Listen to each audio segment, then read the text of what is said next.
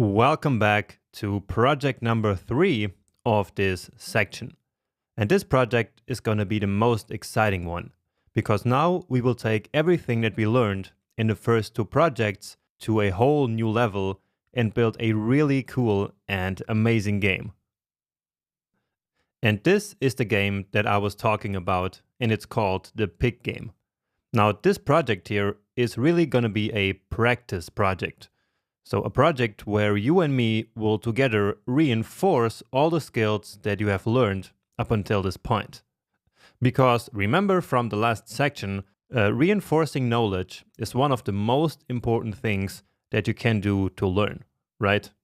So in this project, I will do a little bit less explaining than before, at least about the stuff that we already learned, because we are really just practicing here, okay? Now, if you're in a hurry and just want to learn the basics, please feel free to skip this project. But of course, I would still really advise you to code along with me here. But now let's see how this game actually works. And in fact, you can try that along with me, because this time I hosted this demo on a live website. So you can access that by piggamev2.netlify.app. And the link is also in the README file of the repository for this course on github.com. But anyway, this is more of a real game now, because we actually have 2 players. So you can play this with a friend or something, or just against yourself. So the idea is that we roll a dice. And so now I'm player number 1. So this one is now the active player. So I roll a dice. And so you see that I rolled a 2. And so this number gets added to my current score down here.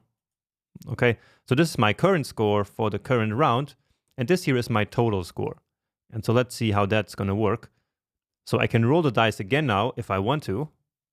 And now I rolled a 4, and that 4 got added to the 2 that I had previously. So now that's 6. And now I can choose to hold this score. So if I click this button, this score of the current round will get added to my total score, which right now is 0.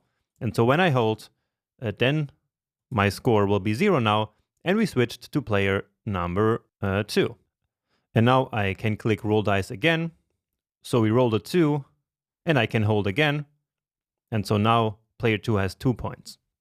Now the thing here is that whenever we roll a 1, we lose all our current score, and it's then the next player's turn. And so that's why sometimes we need to hold our pints. So let me show that to you. And oh, indeed, I rolled a 1 right away. And so now it's player 2 again. So let's keep rolling the dice. And I will now again wait for a 1 so that you can see that all my current score will be lost.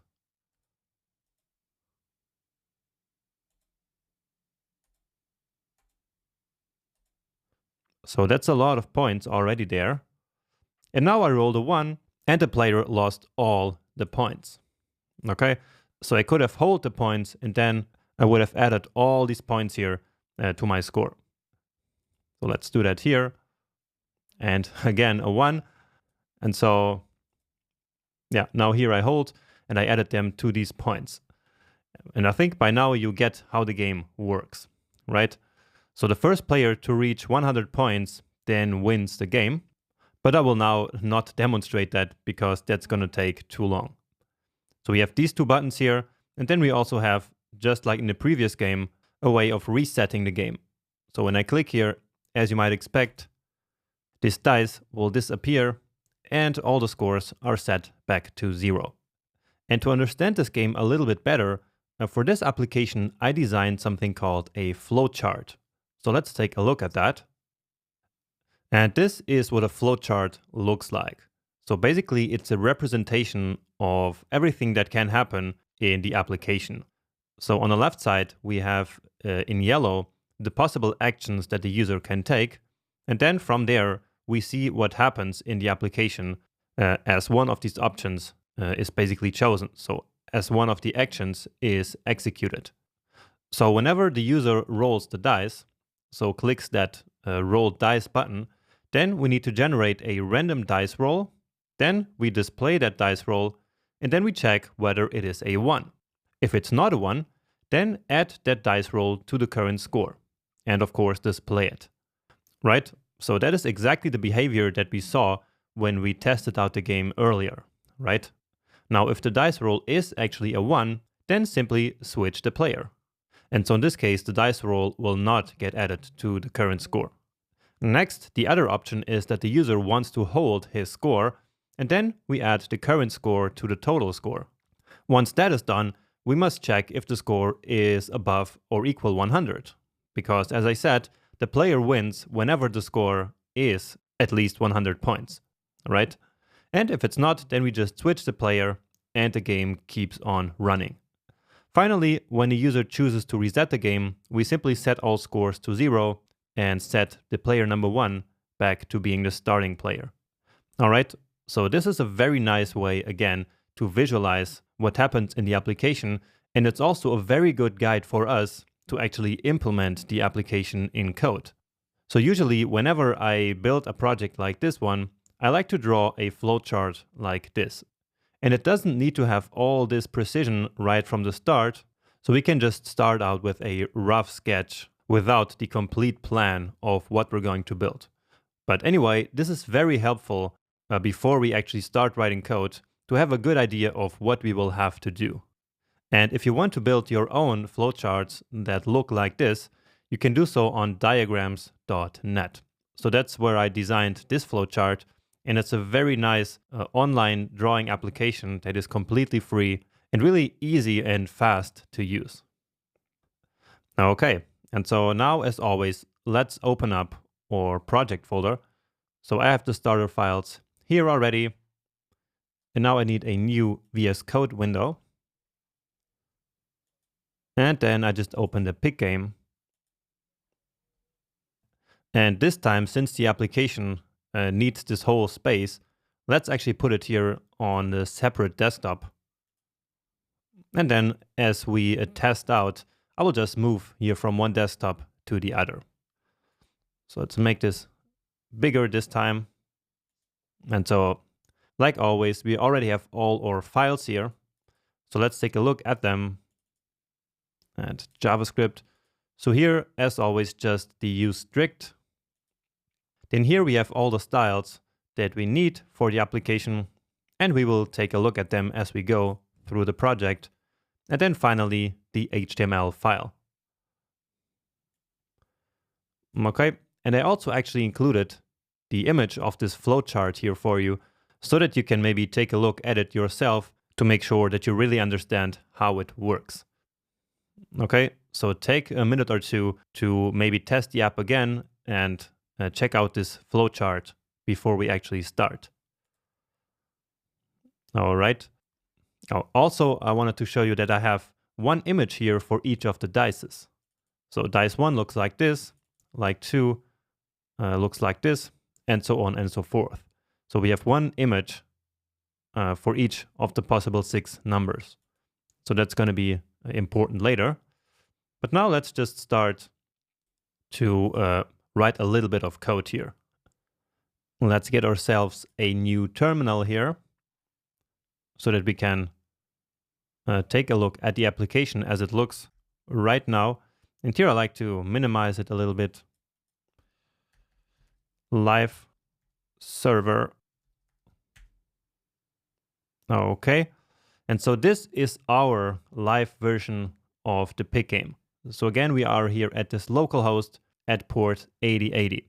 And if you're seeing some other port, that's no problem at all, as long as it works. So maybe you still have something running on this port, maybe from the previous project, and then this project will run on another port. That doesn't really matter. So right now, in the starting point, this is what our application looks like. But of course, in the demo, we don't see the dice in the beginning, and we don't see any scores here. Okay? And so the first thing that we're going to do is to basically put these scores to 0 and make this dice disappear. And so that's going to be basically the starting condition here. So let's go back here to the code, and let me just show you where these initial values come from.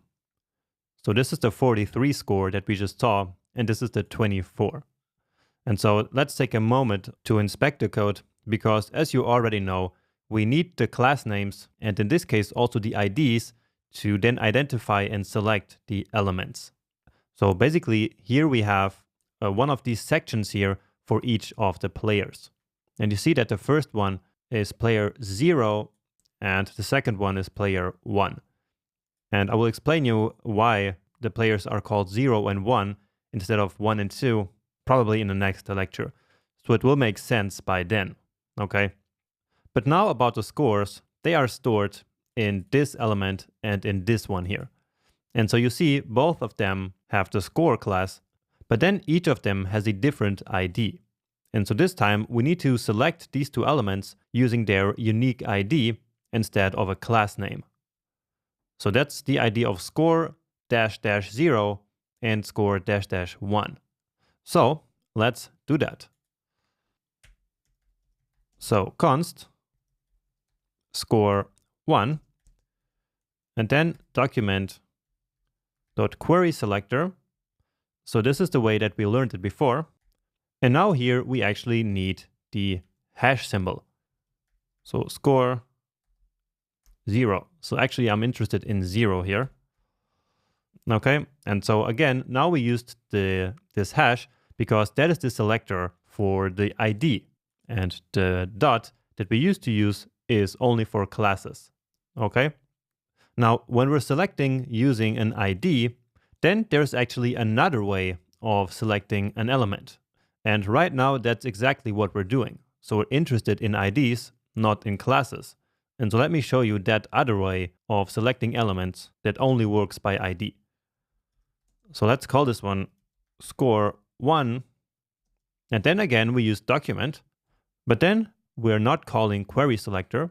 Instead, we call get element by ID. And then here we just pass in the name of the ID.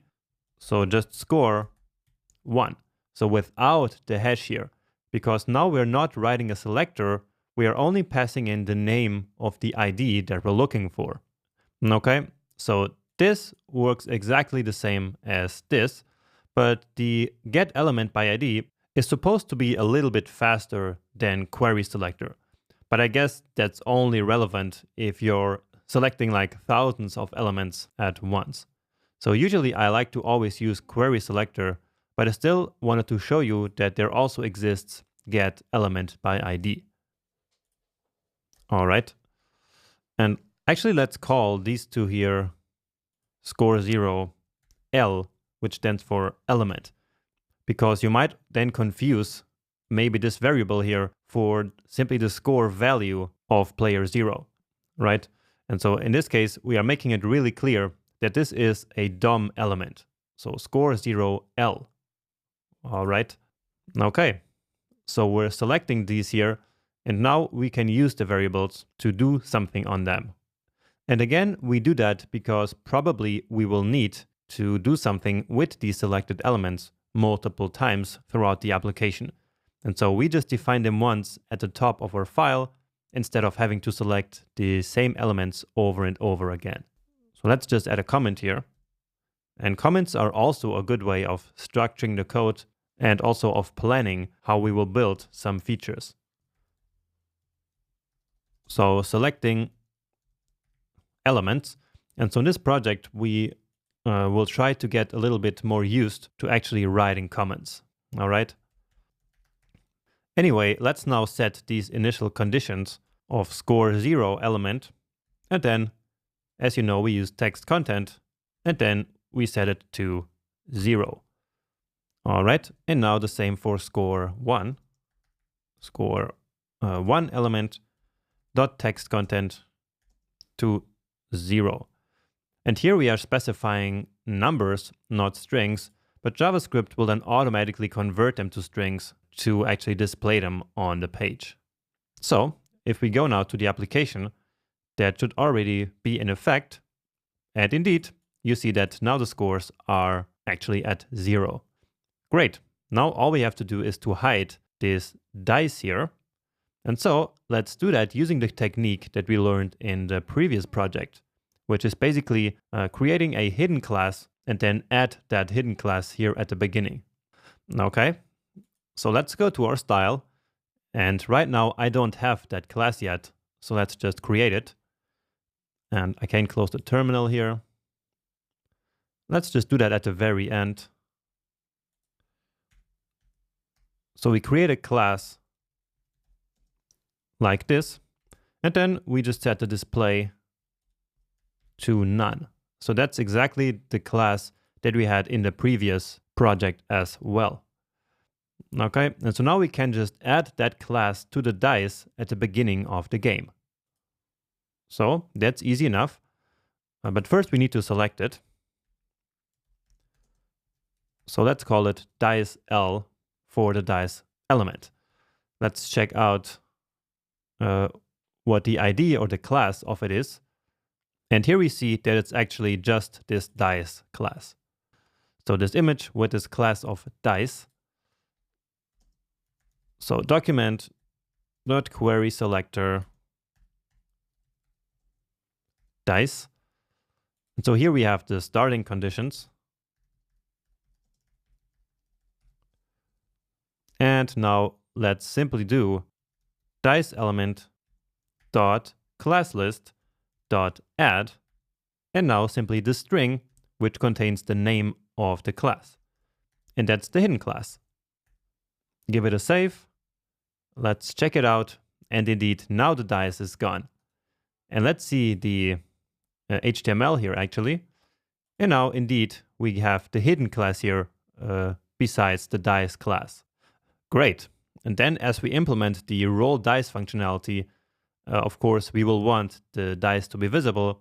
And then we can simply remove that class again from the dice. Okay. And actually, that's exactly what we're going to do in the next video.